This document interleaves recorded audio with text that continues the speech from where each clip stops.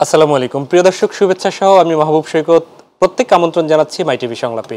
দর্শক, আপনারা জানেন যে আমরা মাই টিভি সংলাপের সমসাময়িক বিষয়গুলো নিয়ে, বিশেষ করে রাজনৈতিক বিষয়, দেশের পরিস্থিতি, এই বিষয়গুলো নিয়ে আলোচনা করি। আর এই আলোচনাতে বিশিষ্ট আলোচকরা, বিশিষ্ট অতিথিরা উপস্থিত থাকেন। আজও তেমনি আলোচনায় দুজন বিশিষ্ট অতিথি আলোচনায় উপস্থিত রয়েছেন। আজকে আমাদের আলোচনার বিষয় হচ্ছে আলোচনায় নতুন উপদেষ্টারা।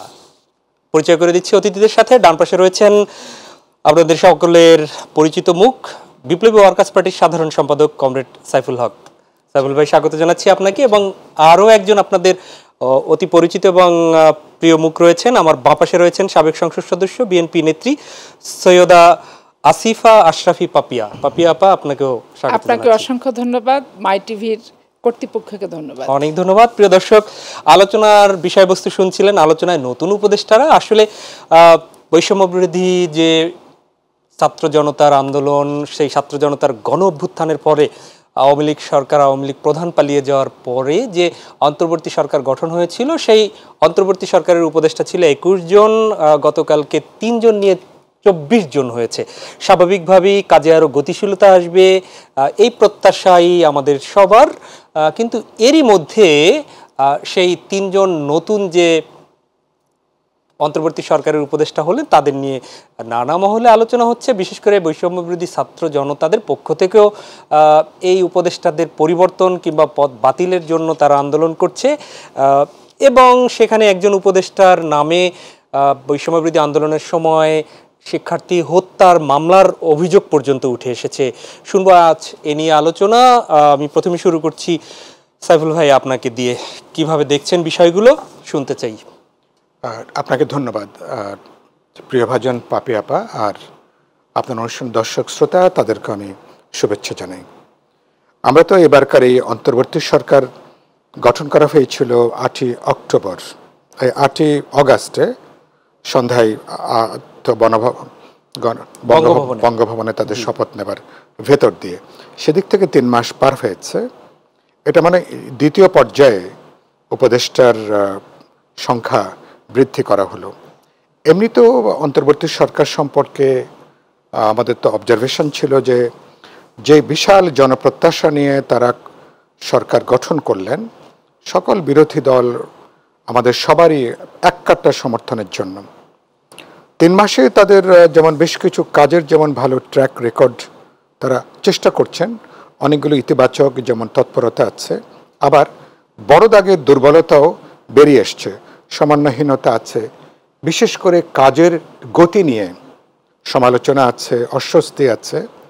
তারাও পরোক্ষভাবে তারাও স্বীকার করছেন, যেভাবে অন্তর্বর্তী সরকারকে কাজ করার কথা সেভাবে তারা কাজটা করতে পারছেন না। সেদিক থেকে সরকারি কলবর বৃদ্ধি করাটা, এটা মনে করি আমাদের যে স্টেট ফাংশনের যে পরিমাণ, তার ব্যাপ্তি আরও 5-7 জন 10 জনের সঙ্গে যুক্ত হলেও কোনো অসুবিধার বিষয় ছিল না। 3-4টা বিষয় বিবেচনা আসছে। আপনি যখন যেমন যারা ইতিমধ্যে আছেন, তারা কি বিবেচনায় তারা যুক্ত হয়েছেন, যারা এর সঙ্গে যুক্ত ছিলেন তারা ভালো বলবেন। এ ব্যাপারে আমরা বিপ্লবী ওয়ার্কার্স পার্টি, গণতন্ত্র মঞ্চ অথবা বিএনপি প্রধান স্টেক হোল্ডার যারা রাজনীতির মাঠে, তাদের সঙ্গে কোনো আলাপ আলোচনা, মতামত, কোনো পরামর্শ নিয়ে এই অন্তর্বর্তী সরকার এটা কিন্তু গঠিত হয়নি। হ্যাঁ, আমরা অন্তর্বর্তী সরকার চেয়েছি যে সরকার নন পার্টিজান, একটা এন্টারিম একটা গভর্নমেন্টের যারা ভূমিকাটা পালন করবেন। মানে কি ক্যাটাগরি, মানদণ্ডটা কি, যোগ্যতার বিচারটা কি, তো এগুলো যারা নিয়োগ দিয়েছেন বা যারা আলাপ আলোচনার সঙ্গে যুক্ত ছিলেন তারা ভালো বলবেন। তো এটা নিয়ে বহুমাত্রিক সমালোচনা। আমি আজ আপনার অনুষ্ঠানে আমি সেসব নিয়ে খুব আলোচনা করতে চাইছি না। যারা যুক্ত হলেন তাদেরকে নিয়ে অনেক আলোচনা দেখছি। গতকালকে থেকে আমি দেখছি সমাবেশ চলছে, বিক্ষোভ চলছে, আন্দোলন চলছে, কাউকে পদত্যাগ করার বলা হচ্ছে। আবার বলা হচ্ছে যে বৃহত্তর চট্টগ্রাম থেকেই নাকি প্রায় 13 জন 14 জন এই উপদেষ্টা মণ্ডলীর ভেতরে। আবার দেশের বিশাল রংপুর বিভাগ কি রাজশাহী বিভাগ বা খুলনা বিভাগ অথবা বরিশাল বিভাগ, তো সেগুলো মানে অনেক দিক থেকে ডিপ্রাইভ, এরকম দেখছি সামাজিক গণমাধ্যমে, নানা মাধ্যমে কথাবার্তা দেখছি। এখন আবার আন্দোলন চলছে নতুন উপদেষ্টা বিভিন্ন বিভাগ থেকে নেওয়ার জন্য। মানে আমাকে একজন সন্ধ্যাবেলা ফোনে বললেন যে এখন তো ইস্যুটার বৈষম্য বিরোধিতার ইস্যুটা নাই, এখন ইস্যুটা হচ্ছে পদবীর বিষয়, উপদেষ্টা মণ্ডলীতে থাকা যাওয়া, বা এই সরকারের নানা জায়গায় যে রাষ্ট্রের অর্থাৎ আওয়ামী লীগ পালিয়ে যাওয়ার পরে একটা বিশাল একটা শূন্যতা তৈরি হয়েছে না, কে কোথায় কোন পদে কিভাবে আসতে পারেন তার একটা নোন এবং আননোন অসংখ্য ধরনের এক ধরনের প্রতিযোগিতা, একদম ইঁদুর দৌড়ের মধ্যে নাকি এরকম একটা প্রতিযোগিতা চলছে। তো আমি প্রথমত মনে করি যে আমি উপদেষ্টা সংখ্যাটা আমি বৃদ্ধির পক্ষে কারণ একজনের উপরে অনেকগুলো একাধিক দায়িত্ব আছে। যারা আছেন তারা হয়তো তাদের পুরনো পেশায় তাদের দক্ষতা যোগ্যতা আছে, কিন্তু তারা এটা নিশ্চিত তারা কেউ এই ধরনের দায়িত্ব নেবার জন্য they are not at all prepared. একটা পরিস্থিতি তাদেরকে দায়িত্বের মধ্যে নিয়ে আসছেন, তারা যে একটা চেষ্টা করছে না তা বলবো না, কিন্তু তাদের যে দক্ষতা যোগ্যতা সময় বয়স অভিজ্ঞতা অথবা দূরদর্শিতা একটা স্টেট ফাংশন করানোর জন্য যে ধরনের ডিসাইসিভ চিন্তা উদ্যোগ অথবা মোবিলিটি দরকার, সেদিক থেকে তো নিশ্চয়ই ঘাটতির জায়গাটা আছে, সমন্বয়হীনতার জায়গাটা আছে। তো আমি তো দেখতে চাইবো যে তারা একটা কাজ তারা করবেন, এবং সেদিক থেকে আমি ইতিমধ্যে আমি বহু আগেই বলেছি, 1 মাস আগে বলেছি, আমরা উপদেষ্টা পরিষদের যে গতি, আমরা এখানে ডাবল ইঞ্জিনের গতি আমরা দেখতে চেয়েছি। কারণ জনপ্রত্যাশা পূরণের জন্য তারা কোনো কোনো ক্ষেত্রে কাজ শুরু করলেও মানুষের আস্থার জায়গাটা কিন্তু কিছুটা ফিকে হয়ে যাচ্ছে।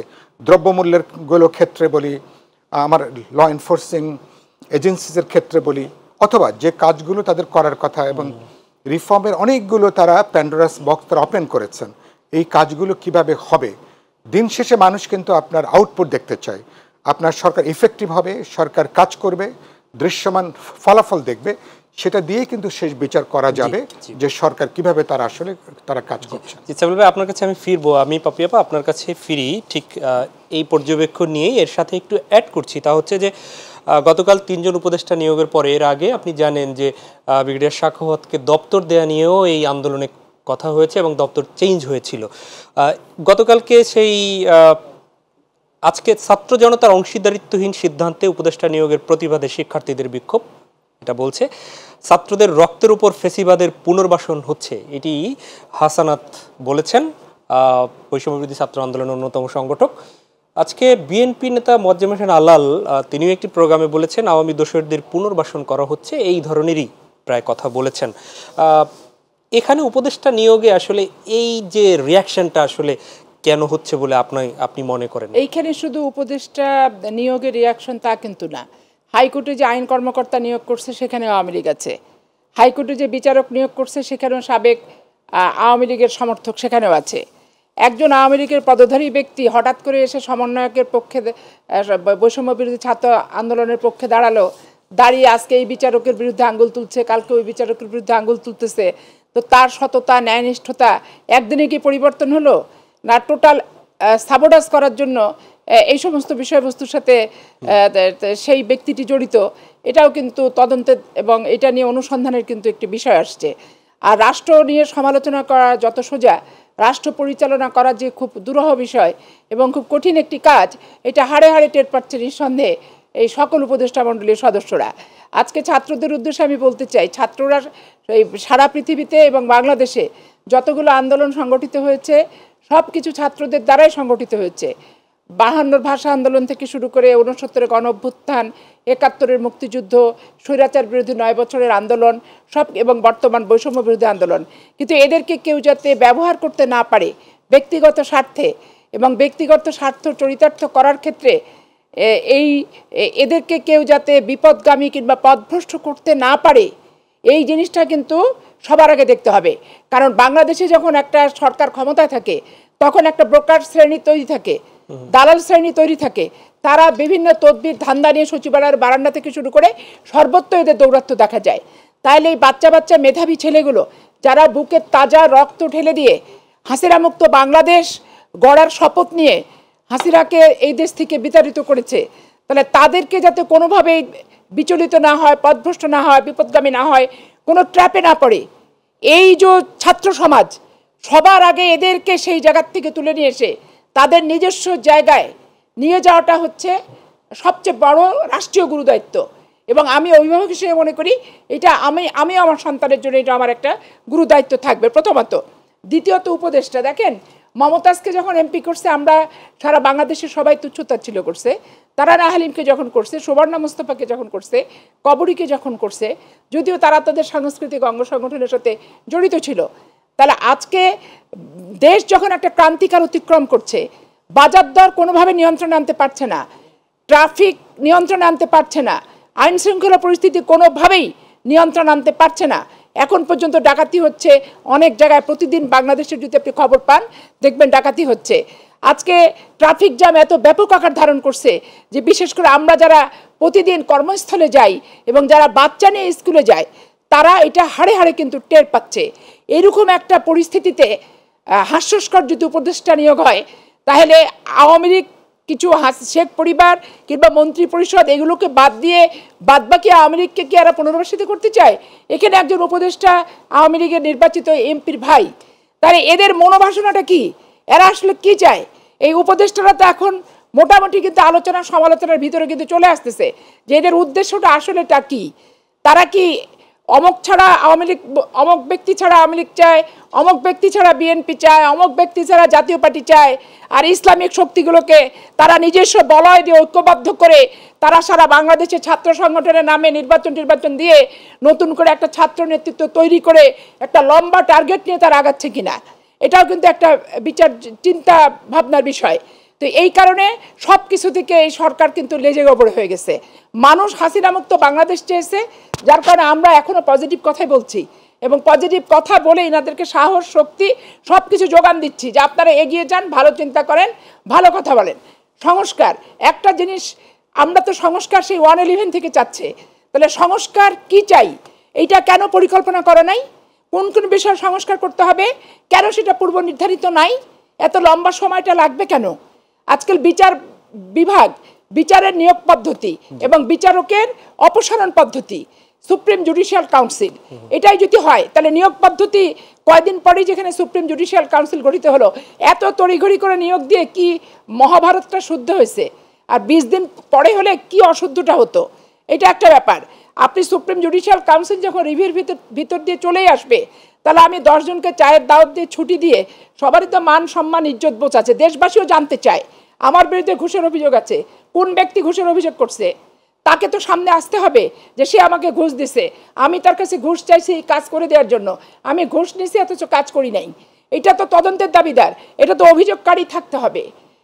আপনি যদি বলেন যে রাজনৈতিক দলকানা বিচারক জজকোর্ট থেকে যারা আসছে তারা 21শে আগস্টের রায় দিচ্ছে বেগম খালেদা জিয়ার ট্রাস্টের টাকা ট্রাস্টে আছে অথচ ওনাকে সাজা দিচ্ছে, এগুলো হচ্ছে অ্যাডমিট করা দলকানা, সেগুলো হচ্ছে একরকম ব্যাপার। কিন্তু তার সাথে হাইকোর্ট থেকে আইনজীবী হিসেবে যারা বিচারপতির আসনে সমাসীন ছিলেন, এগুলো তো আমরা ওই বারান্দায় থেকে এজলাসের সাথে বেঞ্চ, ওই সম্পর্কটুকু আমার আছে, এর বাইরে আমার কোনো সম্পর্ক নাই। তাহলে আমি ওই সম্পর্কটুকু যদি দেখি যে কোনো একজন বিচারক নিরপেক্ষভাবে পরিচালনা করতে সক্ষম হয়েছে কিন্তু তাকে অপসারণ করা হচ্ছে অন্য কিছুর অভিযোগে, আমি তো সেইটা সম্পর্কে আননোন, আমি নন হতে চাই, আমি এখানে জানতে চাই।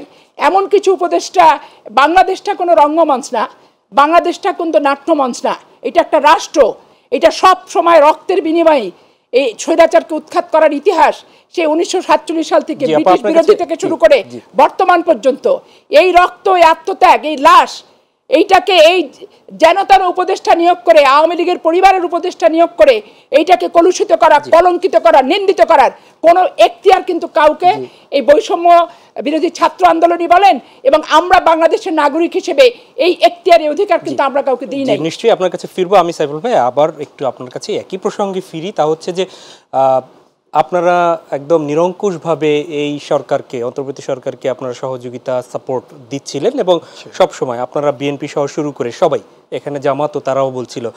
প্রশ্ন হচ্ছে আপনারা বলছেন এখন যে সমন্বয়হীনতা, আপনারা জানেন না কিভাবে হলো।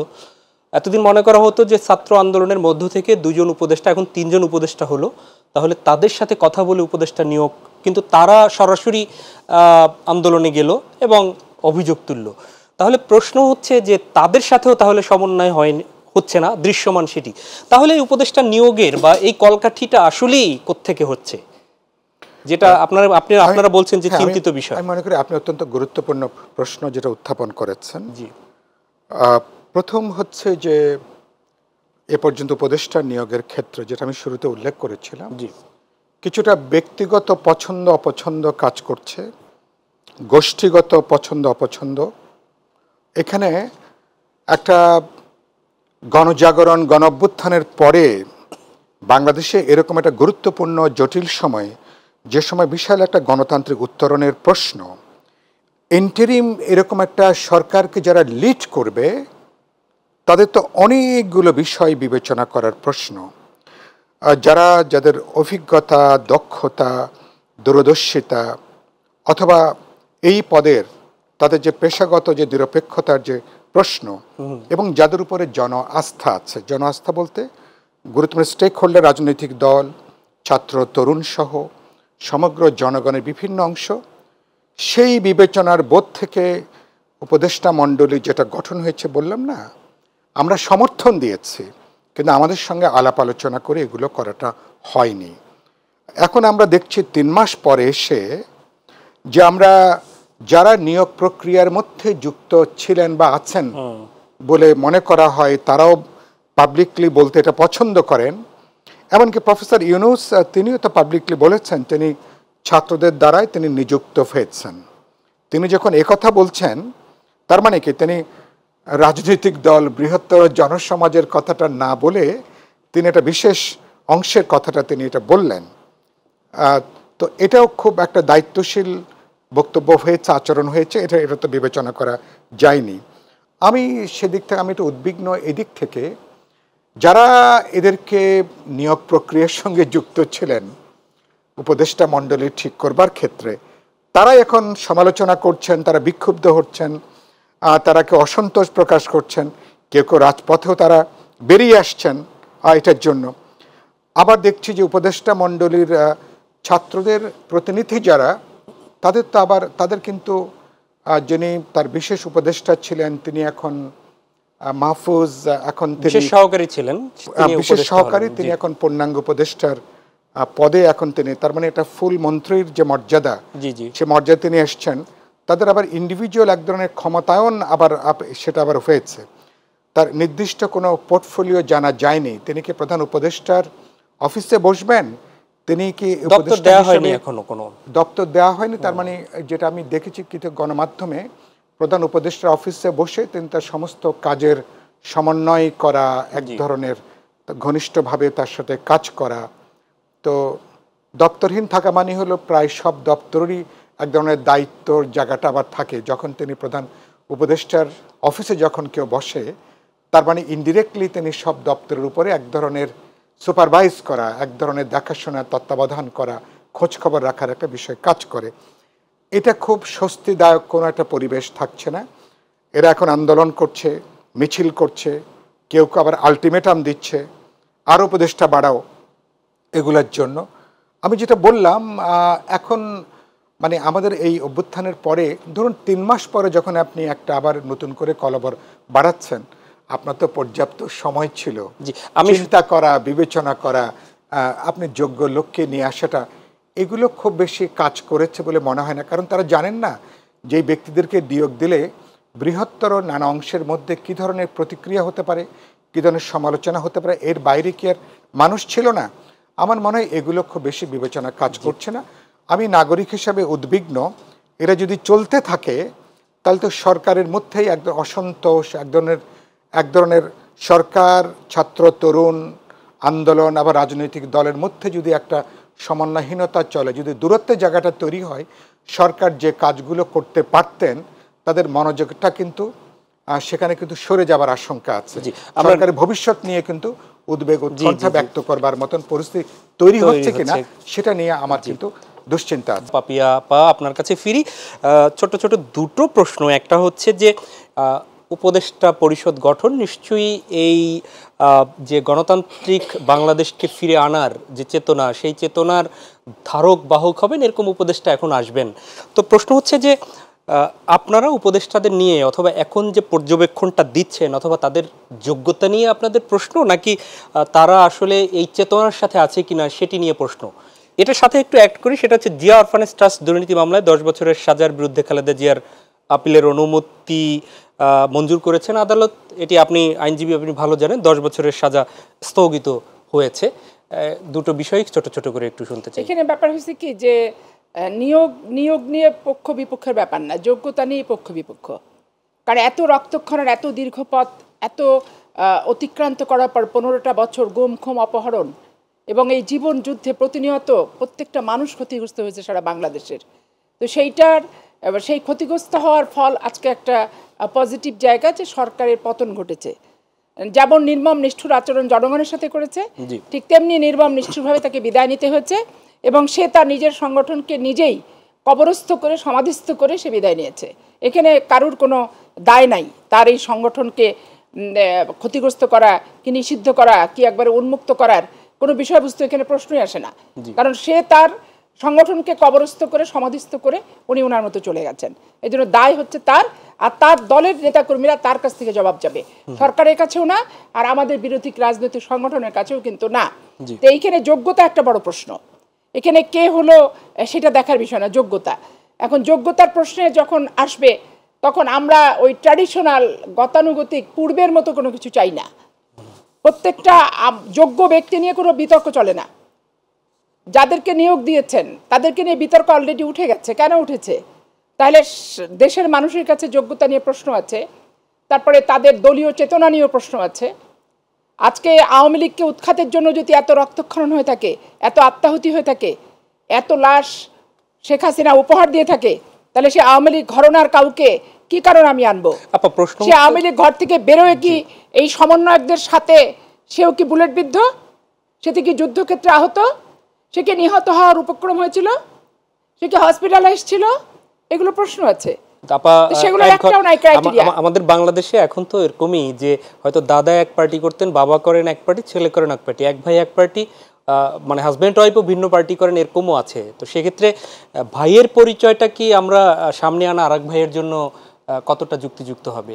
এক ভাই হয়তো এমপি ছিলেন, আওয়ামী লীগের এমপি ছিলেন, আর যে ভাইকে উপদেষ্টা নিয়োগ করা হয়েছে সেই ভাইয়ের কি কোনো রাজনৈতিক কালার ছিল?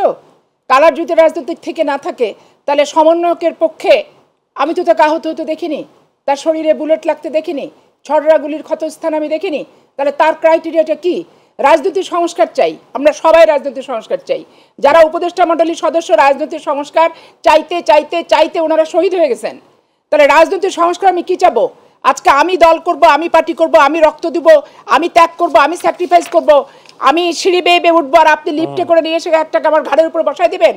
এটা কি সংস্কার হলো? এই সংস্কার কি তার এখানে আমি আশা করতে পারবো? এই সংস্কার কি এটা করতে পারবে? আজকে হাইব্রিড যদি এখানেও থাকে, এই স্বল্পকালীন অন্তর্বর্তীকালীন সরকারের ভিতরে যদি হাইব্রিড ঢুকে যায়, তাহলে আপনি রাজনৈতিক সংস্কার হাইব্রিড মুক্ত করবেন কিভাবে?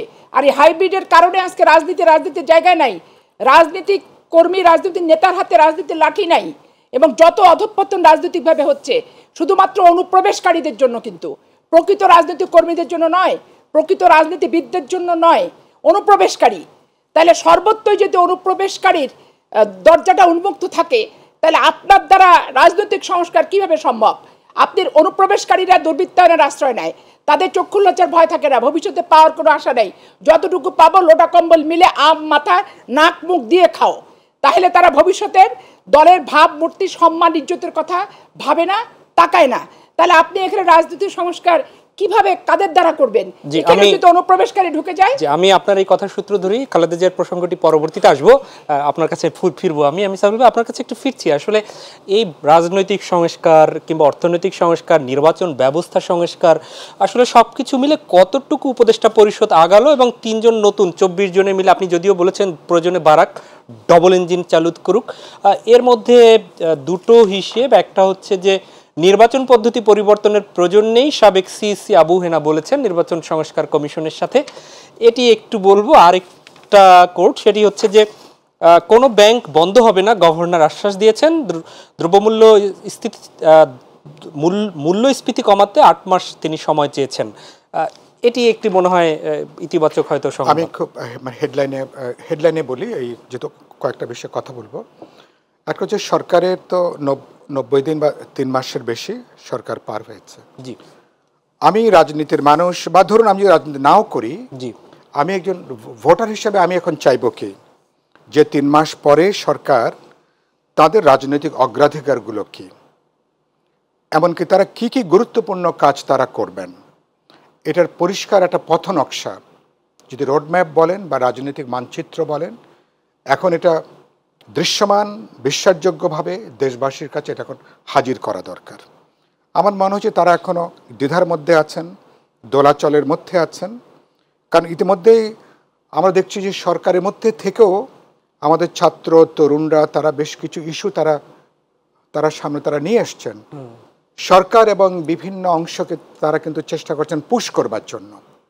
তো এগুলো দ্বারা কি অন্তর্বর্তী সরকার তারা কি ড্র্যাগড হবে, অথবা ধরুন এই যে 16 বছর 36 জনের আন্দোলন, প্রধান বিষয়টা ছিল আপনি নিয়মতান্ত্রিকভাবে সরকার পরিবর্তনের পথটা হাসিনা বন্ধ করে দিয়েছিল। ভোটের মধ্য দিয়ে শান্তিপূর্ণভাবে কনস্টিটিউশনালি, মানে অর্থাৎ মানুষ তার ভোটাধিকার প্রয়োগ করবে, এই পদ্ধতিটা হাসিনা পুরোপুরি এটাকে বিদায় দিয়েছে। প্রধান প্রশ্নটা ছিল গণতন্ত্রের প্রশ্ন, ভোটাধিকারের প্রশ্ন, ডেমোক্রেটিক স্পেসটা তৈরি করবার প্রশ্ন।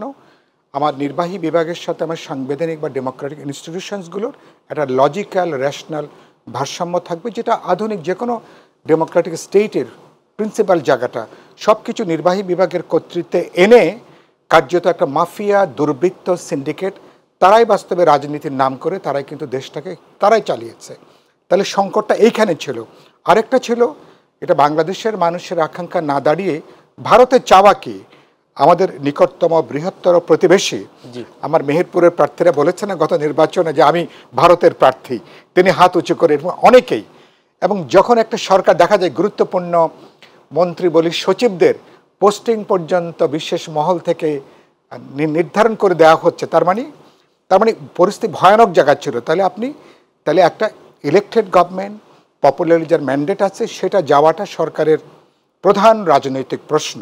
এটাকে সামনে রেখে আমরা তো প্রত্যেকের এখন রূপান্তরের একটা এজেন্ডা আছে, 17 কোটি মানুষের প্রায় 17 কোটি এজেন্ডা আছে, এবং আমরা একটা অসাধারণ গুরুত্বপূর্ণ সময় পার করছি।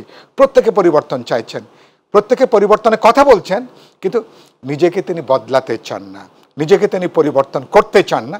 এটা আমরা অন্তর্বর্তী সরকারের 3 মাসের কার্যক্রম ম্যাক্রো লেভেলে যদি দেখি, আমরা সেখানে কিন্তু খুব আশাবাদী হওয়ার জায়গাটা নেই। তারা এক এক সময় এক এক ইস্যু নিয়ে তারা হাজির হচ্ছেন। আমি এখন যেটা বলতে চাই, তারা এখন অগ্রাধিকারটা ঠিক করবেন। আগামী ডিসেম্বর জানুয়ারি মাসের মধ্যে সংস্কার কমিশন রিপোর্ট দেবে। ইতিমধ্যে আমরা রাজনৈতিক দলগুলো অনেকগুলো সংস্কার রিফর্মের ব্যাপারে আমাদের মধ্যে বোঝাপড়া আছে, যেগুলো নিয়ে মতৈক্য আছে সেগুলো আমরা আলোচনা করে আমরা সিদ্ধান্ত গ্রহণ করতে পারি। মধ্যমেয়াদী দীর্ঘমেয়াদী রূপান্তরের সংস্কারের যে এজেন্ডা, আমরা মনে করি এটা নির্বাচিত জনপ্রতিনিধি, নির্বাচিত পার্লামেন্ট, পরবর্তী সরকার, এসব ব্যাপারে তারা সিদ্ধান্তের জায়গায় তারা আসতে পারেন।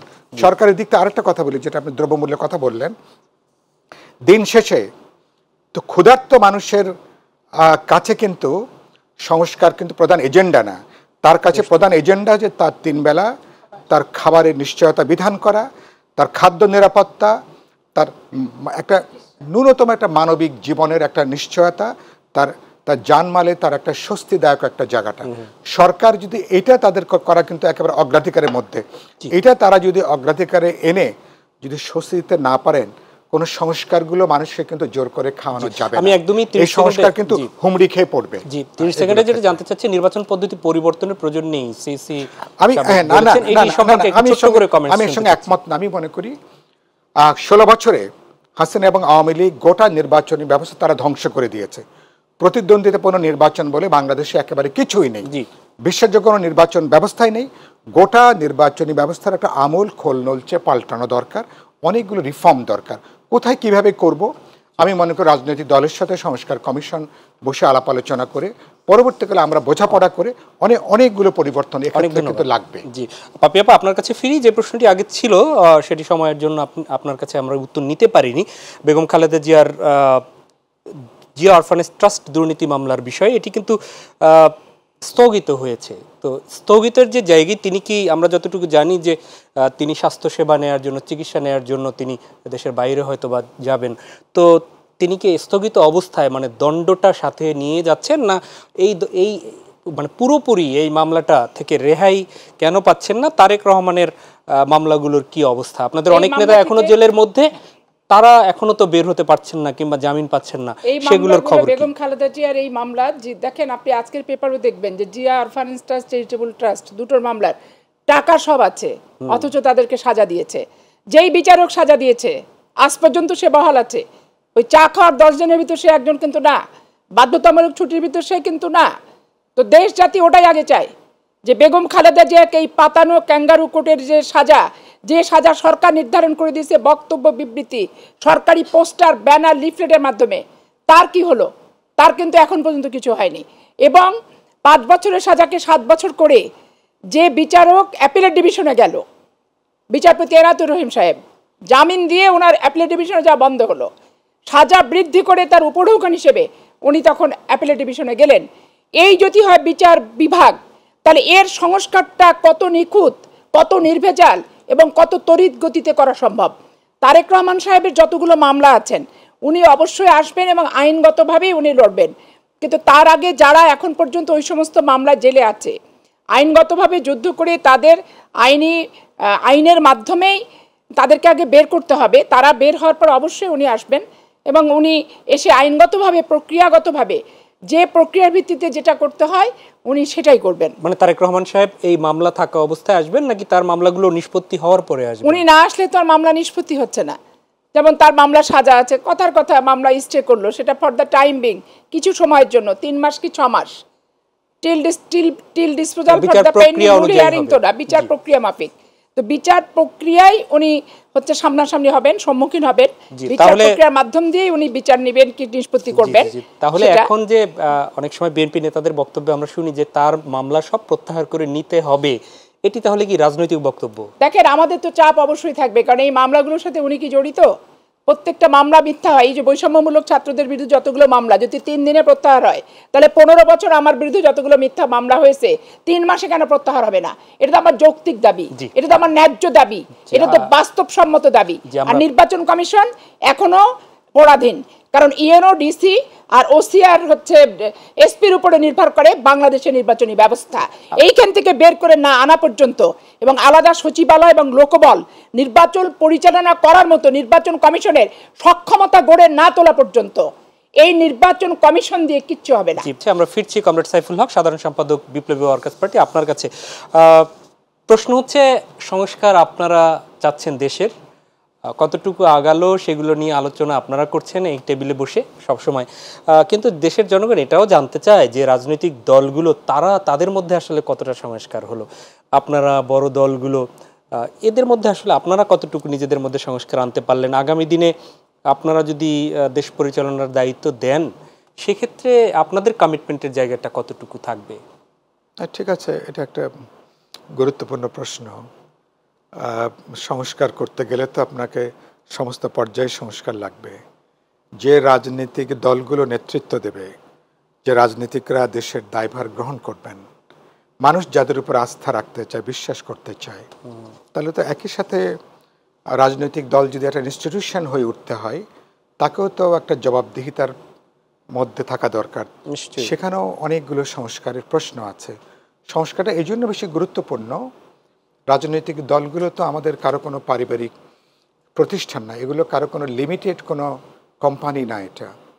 সুতরাং এগুলো হচ্ছে আমাদের যারা আমরা একই আদর্শে, মতাদর্শে বিশ্বাসী, কর্মসূচি নিয়ে আমাদের মধ্যে যে সম্মিলিত যে মতামত, সেটাকে কার্যকারী করবার জন্য একটা সাংগঠনিক ফর্মেশন হচ্ছে একটা পলিটিক্যাল পার্টি। তাহলে সেই পলিটিক্যাল পার্টির মধ্যে তো একটা অভ্যন্তরীণ গণতন্ত্র লাগবে, অভ্যন্তরীণ মূল্যবোধের চর্চা লাগবে। পাপিয়াপা যদি আমার দলের যদি প্রধান হন, পাপিয়াপাকে আমি একজন কমিটির মেম্বার হিসেবে যে কোনো ব্যাপারে তাকে প্রশ্ন করবার অধিকার আমার আছে, কারণ তিনি আমার ভোটে, আমার সমর্থনে তিনি দলের বিভিন্ন গুরুত্বপূর্ণ দায়িত্বে তিনি আছেন। সুতরাং দলের মধ্যে এই রিফর্মগুলো খুব গুরুত্বপূর্ণ।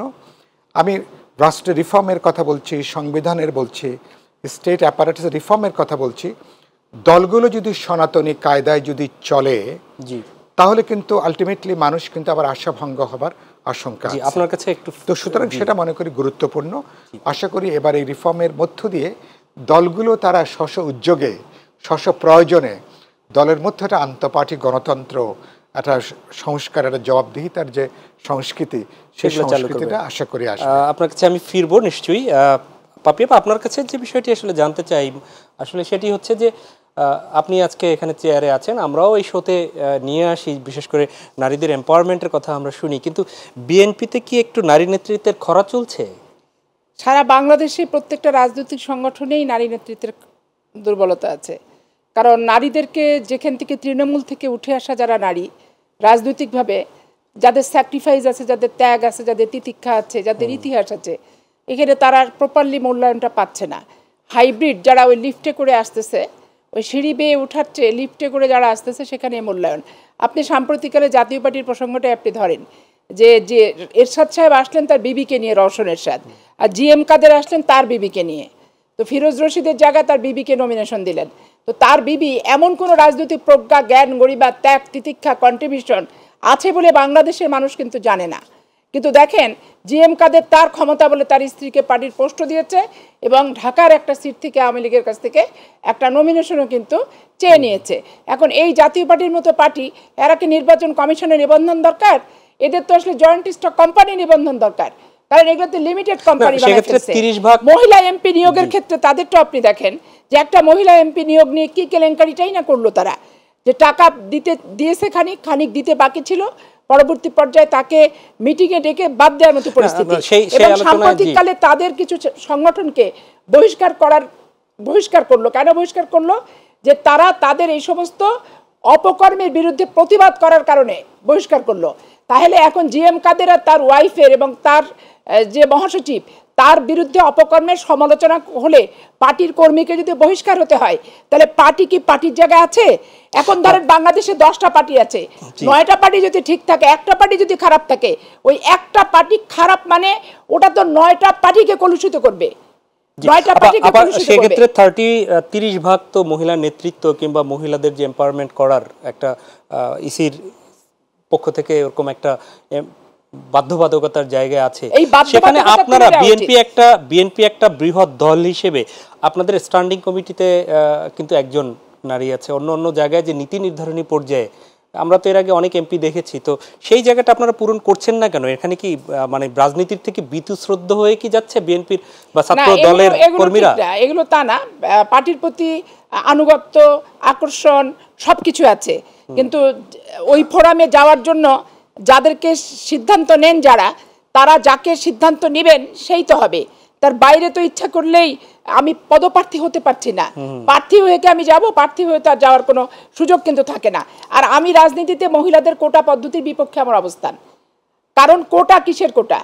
আজকে মেয়েরা যেখানে বৈমানিক হচ্ছে, মেয়েরা যেখানে ডিসিএসপি হচ্ছে, মেয়েরা যেখানে যুদ্ধ জাহাজ চালাচ্ছে, মেয়েরা যুদ্ধ করছে সম্মুখ সারিতে দাঁড়িয়ে, সেখানে ওই মহিলা এমপির কোটাই থাকবে কেন? আর ওই 30% আরপিও গণপ্রতিনিধিত্ব আদেশের ওইখানেই বা থাকবে কেন? আমি যুদ্ধ করব, আমার সহকর্মী ছেলে হলে তার সাথে যুদ্ধে আমি টিকবো, আমি তার সাথে যুদ্ধে যদি টিকে উইন করতে পারি, সেটাই হচ্ছে আমার জন্য স্বীকৃতি, সেটাই হচ্ছে আমার জন্য। আর যখনই ওই কোটা মানে দয়ার দান, কোটা মানে ভিক্ষাবৃত্তি, কোটা মানে নেতাদের বাড়িতে দৌড়াতে পায়ের জুতার তলি সমস্ত কিছু ক্ষয়ে যাবে এবং এইখানে কখনোই আপনি যোগ্য বিবেচনায় আসবে না। হাইব্রিডদের অনুপ্রবেশ মহিলাদের ভিতর ব্যাপক হারে দেখবেন আপনি ঢুকে যাবে, এবং ঢুকে গেছেও। আপনি 15 বছরের পার্লামেন্ট আওয়ামী লীগের যদি পর্যালোচনা করেন, মহিলাদের গুলো অন্তত পক্ষে একটা পুরুষ আওয়ামী লীগের নেতা, স্ট্যান্ডিং কমিটি, অঙ্গ সংগঠন, তাদের নমিনেশন চেঞ্জ হয় নাই, কিন্তু যুব মহিলা লীগের নমিনেশন একবারে বেশি 2বার হইতে পারে নাই। মহিলা লীগের নমিনেশন দেখবেন সভাপতি সেক্রেটারি একবারে বেশি 2বার পায় নাই। তাহলে ছেলেদেরগুলো পরিবর্তন করতে গেলে বুকে কাঁপে, আর মেয়েদেরগুলো পরিবর্তন করতে গেলে যা ইচ্ছা তাই। এই যে ভাবটা, এই তুচ্ছ তাচ্ছিল্য ভাবটা দূর করার জন্য কোটা পদ্ধতি তুলে নিয়ে এটা পরিহার করা উচিত। যার যোগ্যতা থাকবে সে লড়বে, যোগ্যতা নাই লড়বে না। ধন্যবাদ। আমি একদমই শেষ সময় আছি। জি, আমি এই প্রশ্ন একটু বলতে চাই। আমার কাছে প্রধান সমস্যাটা মনে হয় যে আমাদের মনস্তাত্ত্বিক সমস্যা, আমাদের চিন্তা, দৃষ্টিভঙ্গি, অবস্থানের সমস্যা, এবং আমাদের প্রত্যেকের ভেতরে একজন নারী, তার ভিতরেও কিন্তু একটা পুরুষতান্ত্রিক ভাবনা চিন্তা কিন্তু কাজ করে। মেয়েদেরকে দ্বিতীয় শ্রেণীর নাগরিক মনে করা, কিছুটা অবমূল্যায়ন করা, তাদের ক্ষমতা, তাদের যোগ্যতা, তাদের সম্ভাবনা, ফলে এক ধরনের পুরুষতন্ত্র বিভিন্ন মানে মস্তিষ্কে মনে রাজনৈতিক দলগুলোর মধ্যে কিন্তু বড় ধরনের জায়গা করে নিয়েছে। সুতরাং এটা একটা গুরুত্বপূর্ণ, এই জায়গাটা যদি আপনি আপনার চিন্তা বোঝাপড়ার জায়গাটা যদি গড়ে তুলতে না পারেন, আরেকটা কেন জরুরি, জনসংখ্যার অর্ধেক হচ্ছে নারী। তাদেরকে যদি আপনি নীতি নির্ধারণ থেকে শুরু করে সরকার, রাষ্ট্র, সমাজ পরিচালনার তাদের যদি আপনি যুক্ত করতে না পারেন, তাহলে অর্ধেক জনসংখ্যাকে আপনি কিন্তু আনঅ্যাড্রেসড কিন্তু থেকে যাচ্ছে ওই অর্থে। সেজন্য এটা একটা সামগ্রিক প্রক্রিয়া দরকার, এবং আশা করি রাজনৈতিক দলগুলো সংস্কার প্রক্রিয়ার মধ্যে নারীদের এই এম্পাওয়ারমেন্টের রিপ্রেজেন্টেশনের ব্যাপারটা তারা অনেক বেশি গুরুত্ব সহকারে আমি এক মিনিটে নালে বাবা মরলে মেয়ে পাবে, নালে স্বামী মরলে স্ত্রী পাবে। এইটা কোনো কোটা নাকি? পৃথিবীর সভ্য দেশের সভ্য কোনো সিস্টেম হতে পারে নাকি এটা? তাহলে আমার যোগ্যতা, আমার স্যাক্রিফাইস, আমার কন্ট্রিবিউশনের ভ্যালুটা কোথায়? অনুপ্রবেশকারী আপনি ঠেকাবেন কি দিয়ে? ঠেকানোর কোনো সুযোগ নাই। জি সাহেব, একদমই এক মিনিটে একটা বিষয় জানতে চাচ্ছি, তা হচ্ছে যে এই যে সরকারের সাথে অন্তর্বর্তী সরকারের বিষয়ে বললেন সমন্বয়হীনতা আছে, ইতিমধ্যে যদি অন্তর্বর্তী সরকারের সাথে গণতন্ত্র পুনরুদ্ধারে আন্দোলনে যারা দীর্ঘ 17 বছর আন্দোলন করেছেন সমন্বয়হীনতা থাকে, তাহলে যে আওয়ামী লীগ নূর হোসেন দিবসে যেভাবে নেমেছে, কিছু কর্মী নেমেছিল, তারা আবার আসার স্বপ্ন দেখছে, তাদের জন্য অনেকটা উপযুক্ত পরিবেশ হয়ে কি দেবে না বাংলাদেশ? একদম এক মিনিটে বলবেন। এখানটা উদ্বেগ আছে, কারণ আমাদের আজ থেকে 3 মাস আগে জি অভ্যুত্থানের পরে আমাদের যে গণকোটা ছিল জনগণের মধ্যে, 3 মাস পরে কিন্তু ঐক্যের মধ্যে আমি কিছু ফাটল দেখছি। আমি কিন্তু কিছু বিভক্তি, বিভাজনের আলামত, কিছু লক্ষণ আমি দেখছি। আমি মনে করি এটা কিন্তু উদ্বেগের, এটা কিন্তু এক ধরনের আতঙ্কের জায়গাটা। এবং আরেকটা হচ্ছে অন্তর্বর্তী সরকারের সাথেও রাজনৈতিক দলগুলোর এখনও কিন্তু খানিকটা দূরত্ব, এখনও কিন্তু যদিও তারা একটা এনগেজমেন্টের কথা তারা বলছিলেন, কিন্তু নানা নীতি নির্ধারণী প্রশ্নে তাদের অর্গানিক যে যোগাযোগ থাকার কথা রাজনৈতিক দলগুলোর সাথে, সেই যোগাযোগটা কিছুটা আনুষ্ঠানিকতার পর্যায়ে, এখনও কিন্তু মর্মবস্তু দিক থেকে যোগাযোগটা কিন্তু খুবই দুর্বল। সুতরাং সরকারকে আমরা কার্যকর দেখতে চাই, তারা ব্যর্থ হবেন না, কারণ আমরা মনে করি এই সরকার তারা যদি কার্যকর থাকেন, এই কার্যকরী করতে গেলে রাজনৈতিক দল জনগণকে আস্থার মধ্যে নেওয়া দরকার, না হলে সামনের কিন্তু পথ চলাটা কিন্তু ধন্যবাদ মসৃণ হবে না। জি পাপিয়াপা, আপনার কাছে একদমই শেষ সময় যেটি জানতে চাই তা হচ্ছে যে এই যে পথ চলা রাজনৈতিক দলগুলোকে নিতে হবে অন্তর্বর্তী সরকার, তেমনি যারা ফ্যাসিবাদ বিরোধী আন্দোলনে ছিলেন তাদের মধ্যে সৌহার্দ্যটা আসলে কতটা শেষ সময়, আগামীতে যে দিন যত যাবে, নির্বাচন যত আসবে, থাকবে কতটা? বৃহৎ দল হিসেবে আপনারা বিএনপি, তারপর ইসলামী দলগুলো আছে, জামাত আছে, গণতন্ত্র মঞ্চ আছে, তাদের সাথে সমন্বয়টা আসলে কি টিকে থাকবে? এটা তো সম্পর্ক এমন একটা বিষয়, এটা নিয়ে ভবিষ্যৎবাণী করা যায় না। আজকে আছি কালকে নাই, আবার আজকে নাই কালকে আছি, এরকম হচ্ছে একটা ব্যাপার। তো এই বর্তমান যে সরকার কিছু কিছু অনেক জায়গায় আপনারা বিএনপি এবং জামাত অনেক জায়গায় একইভাবে আগাচ্ছেন, এখন আগানো না, এই বর্তমান সরকার একটু বেশি জামাতকে হচ্ছে প্রিভিলেজ দিচ্ছে, এবং বিভিন্ন প্রশাসনিক পোস্টগুলা এদের লিস্ট মাফিক দেখছি, ডিসি, এসপি, আরও শিক্ষা মন্ত্রণালয়টা বিশেষ করে তাদেরকে মনে হচ্ছে ছেড়ে দিয়েছে, এবং বিভিন্ন এলাকায় তাফসিরের নাম করে যেভাবে তারা রাজনৈতিক বক্তৃতা, বিবৃতি, ইয়ানতে চাঁদাবাজি করে তারা বেড়াচ্ছে মসজিদ, মাদ্রাসা, গোরস্থানের, এইটা রীতিমতো বিরক্তিকর। কিন্তু আপনাদের নামেও তো চাঁদাবাজির অভিযোগ আছে বিভিন্ন হাটে মাঠে ঘাটে, মাঠে চাঁদাবাজির অভিযোগ থাকলে সেটা অভিযোগ সুনির্দিষ্ট করে স্পষ্ট করতে হবে, করে আইনগত আশ্রয় নিতে হবে। কিন্তু ইসলামের নামে আর হাবিয়া দোজক আর জান্নাতুল ফেরদৌসের নামে যারা চাঁদাবাজি করছে, এটাকে আপনি কোন ফরম্যাটে ফেলবেন? আমি কোন ফরম্যাটে আমাকে ফেলতে পারবেন যে আমি চাঁদাবাজি করছি, আর যখন বলবে যে এই জায়গা চাঁদা দেন তাহলে আপনি জান্নাতুল ফেরদৌস পাবেন, আর ইয়ানতের পয়সা যদি আপনি না দেন তাহলে হাবিয়া দোজক পাবেন, তখন এইটাকে আপনি কোন ক্রাইটেরিয়া ফেলবেন? ধর্মের ক্রাইটেরিয়া। দেখেন আমার চাঁপাইনবাবগঞ্জে একবার তারা দাঁড়িপাল্লায় বলে ভোট দিলে জান্নাতুল ফেরদৌস, একবার তারা যখন দেওয়াল ঘড়ি পায় বলে এটাতে ভোট দিলে জান্নাতুল ফেরদৌস, একবার তারা মোটরসাইকেল প্রতীক পায় বলে এটাতে ভোট দিলে জান্নাতুল ফেরদৌস। ওদের জান্নাতুল ফেরদৌসেরই শেষ নাই। তাহলে ধর্মকে নিজের রাজনৈতিক উচ্চাভিলাষ চরিতার্থ করার জন্য এই যে অপপ্রয়োগ, যত্রতত্র, এই ক্ষেত্রে আইন প্রয়োগ করা দরকার, এবং এই ক্ষেত্রে সংস্কার আসা উচিত। এই বিভক্তিগুলো থাকবে না, শেষ পর্যন্ত আপনারা একসাথে আগাতে পারবেন গণতন্ত্র পুনরুদ্ধারে। সারা বিশ্বের মুসলমানদের ধর্ম, একদম 30 সেকেন্ডে ইসলাম ব্যক্তিগত সম্পত্তি না। একদম 30 সেকেন্ডে বলবেন জান্নাতুল ফেরদৌস ব্যক্তিগত সম্পত্তি না। একদম 30 সেকেন্ডে বলবেন যে এই বিভক্তি কাটিয়ে গণতন্ত্র পুনরুদ্ধারে একসাথে আপনারা চলবেন কিনা। অদূর ভবিষ্যতে নির্ধারণ করবে যে সম্পর্ক কার সাথে কিরকম থাকবে, এটা আগাম ভবিষ্যৎবাণী করা সম্ভবপর নয়। অনেক ধন্যবাদ সৈয়দা আসিফা আশরাফি পাপিয়া আপা আপনাকে, এবং অসংখ্য ধন্যবাদ কমরেড সাইফুল হক আপনাকেও। প্রিয় দর্শক, এই ছিল আমাদের আজকের আয়োজন। দেখা হবে পরবর্তীতে। যাওয়ার আগে একটি কথা আবারও বলবো, আসুন একটি কল্যাণমূলক দেশ গড়তে, কাঙ্ক্ষিত বাংলাদেশ উপহার দিতে যে জায়গা থেকে একটু হলেও ভূমিকা পালন করি। আল্লাহ হাফেজ।